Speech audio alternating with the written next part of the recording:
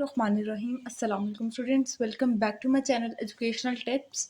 कैसे हैं आप सब? उम्मीद करती हूँ आप सब बच्चे बिल्कुल ठीक होंगे।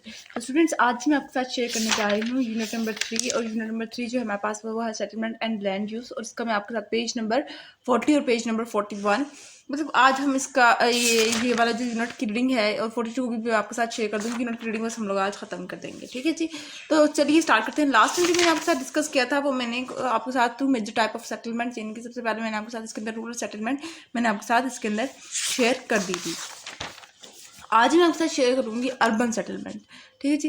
Pakistan has an old history of urban settlement, ठीक है। यानी अर्बन सेटलमेंट यानी कि शहरी ज़िंदगी पाकिस्तान के अंदर अगर देखा जाए तो इसके अंदर पाकिस्तान के अंदर जो किसी भी कोई भी शहर है उसके पीछे एक बहुत बड़ी हिस्ट्री है ऑलरेडी, ठीक है, एग्जिस्ट करती है। बहुत वाक़यात हैं उस शहर में, पॉपुलर वाक़यात बहुत ज़्यादा हैं। The population of urban areas और city is increasing due to the various function of human interest including economic opportunities, job, trades etcetera, ठीक है जी। अब वो कह रहे हैं कि दिन ब दिन जितनी भी शहरी ज़िंदगी है, शहर में जो शहर हैं वो दिन ब दिन आबाद होते जा रहे हैं। दिन ब दिन उधर पॉपुलेशन बहुत ज़्यादा होती चली जा रही है। क्यों? क्योंकि उधर की कुछ फैसिलिटीज़ ऐसी हैं जो कि ह्यूमन के नीड्स को फुलफिल करती हैं, ठीक है जी। जैसे हमारे पास जॉब्स और ट्रेड्स या जितने भी health, educational and post office हैं, ये ज़्यादातर हम लोगों को कहाँ मिल रही हैं? शहरों में ये चीज़ें ज़्यादा हम लोगों को मिल रही हैं, और भी बहुत सी ऐसी चीज़ें हैं। Urban settlement in Pakistan can be categorised on the basis of time, location and function, ठीक है जी। उसके बाद फिर आ जाते हैं कि वो कह रहे हैं कि अर्बन सेटलमेंट अगर पाकिस्तान के अंदर देखा जाए तो उसको जो हम लोग डिवाइड कर दिया है, यानी कि इसको हम लोगों ने मुख्तलिफ पार्ट्स में जो हम लोगों ने कैटेगराइज करना है वो किसकी बेसिस पे हम लोग करते हैं? हम लोग उसको टाइम पर, लोकेशन पर और फंक्शन पर करते हैं। उसके बाद फिर आ जाते हैं हम पॉइंट्स के ऊपर। Ancient city, Pakistan is known for its Asian civilisation like Indus and Harappa civilisation, यानी कि पाकिस्तान के अंदर एशियन सिटीज़ हैं जिसके यानी कि बहुत कदीम सिविलाइजेशन भी मौजूद है, जैसे इंडस सिविलाइजेशन है या हड़प्पा सिविलाइजेशन है। उसके बाद फिर आ जाते हैं सेकंड पॉइंट में, वो कह रहे हैं Peshawar, Taxila, Multan, Thatta, Sahiwal, Harappa are the example of Asian cities. Mohenjodaro is one of the largest settlement of the Indus valley and one of the world's earliest major urban settlement. The settlement exists before 2500 BC to 1500 BC. Now it has been declared UNESCO world heritage site in 1980। अब वो कह रहे हैं कि ये जितने भी ये जो सिटीज़ हैं ये हमारे यहाँ बहुत कदीम सिटीज़ माने जाते हैं, यानी कि बहुत पहले, बहुत पुराने और बहुत पुराने चले आ रहे हैं। ये कब से 1500 BC से 2500 BC तक, मतलब ये तब भी एग्जिस्ट करते थे। और अब तो यूनेस्को ने इसको एक वर्ल्ड हेरिटेज करार दिया, यानी कि एक मुल्की शहर करार दे दिया है 1980 के अंदर, ठीक है जी। मॉडर्न सिटी अगर हम लोग बात करें, Islamabad is the example of modern planned city.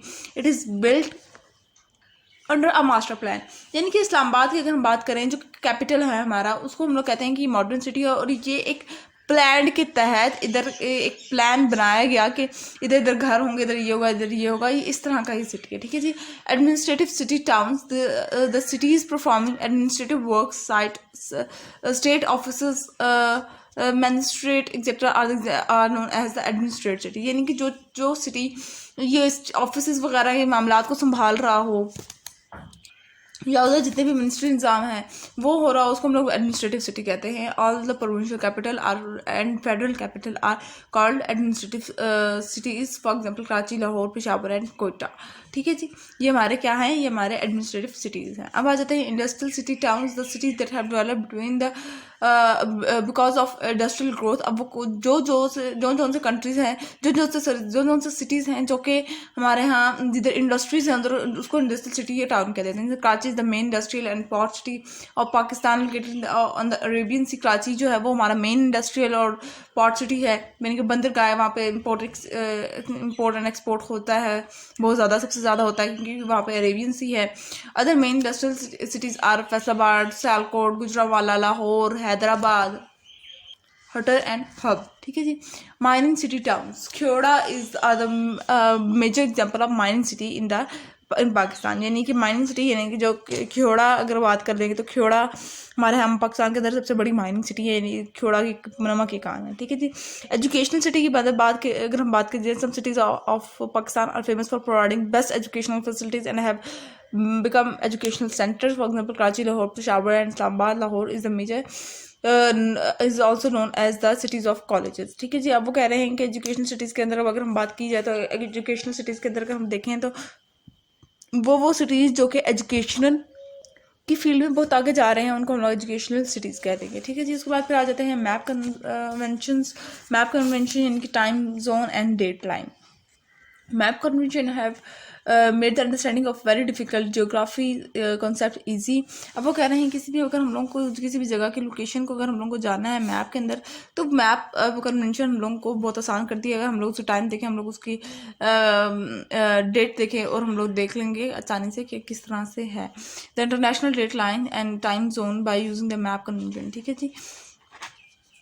अब आ जाते हैं time zone. Time zone are the region of the earth that have same standard time. Adjacent time zone are the one are apart from each other, ठीक है जी। अब वो कह रहे हैं टाइम जोन क्या है। टाइम जोन अर्थ का एक स्टैंडर्ड टाइम है, एक अपना ही एक टाइम होता है। Adjacent time zone are one are apart from each other. और एडजेसेंट की बात अगर टाइम जोन के देखा जाए तो हर टाइम जोन दूसरे टाइम से 1 घंटा आगे पीछे होगा, ठीक है जी। There are 24 world time zone और हमारे वर्ल्ड के अंदर 24 टाइम जोन हैं। Each time zone consist of 15 degree of longitude which correspond to 1 hour and is measured east and west from the prime meridian passing through the Greenwich। अब वो कह रहे हैं कि अगर हम टाइम जोन के अंदर देखा जाए तो हमारे यहाँ जो ईच टाइम जोन अगर एक भी टाइम जोन है तो उसके अंदर 15 डिग्री लैटिट्यूड होगा, लॉन्गिट्यूड होगा, ठीक है। और हर 15 डिग्री लॉन्गिट्यूड 1 आवर 1 घंटे के लिहाज से मेजर किया जाता है, ठीक है जी। The 24 time zone are created in accordance to 24 hours of a day. अब 24 टाइम जोन किस वजह से बनाए गए, इस चीज़ को मद्देनजर रखते हुए कि 24 आवर्स होते हैं, ठीक है जी। 24 घंटे के लिहाज से 24 ही टाइम जोन है। The international date line the international date line is located along 180 degree meridian.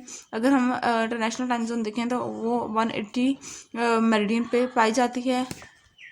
It is half way around the world from the zero prime meridian, ठीक है जी। अब वो कह रहे हैं कि 0 प्राइम मेरिडियन से हाफ के ऊपर है ये।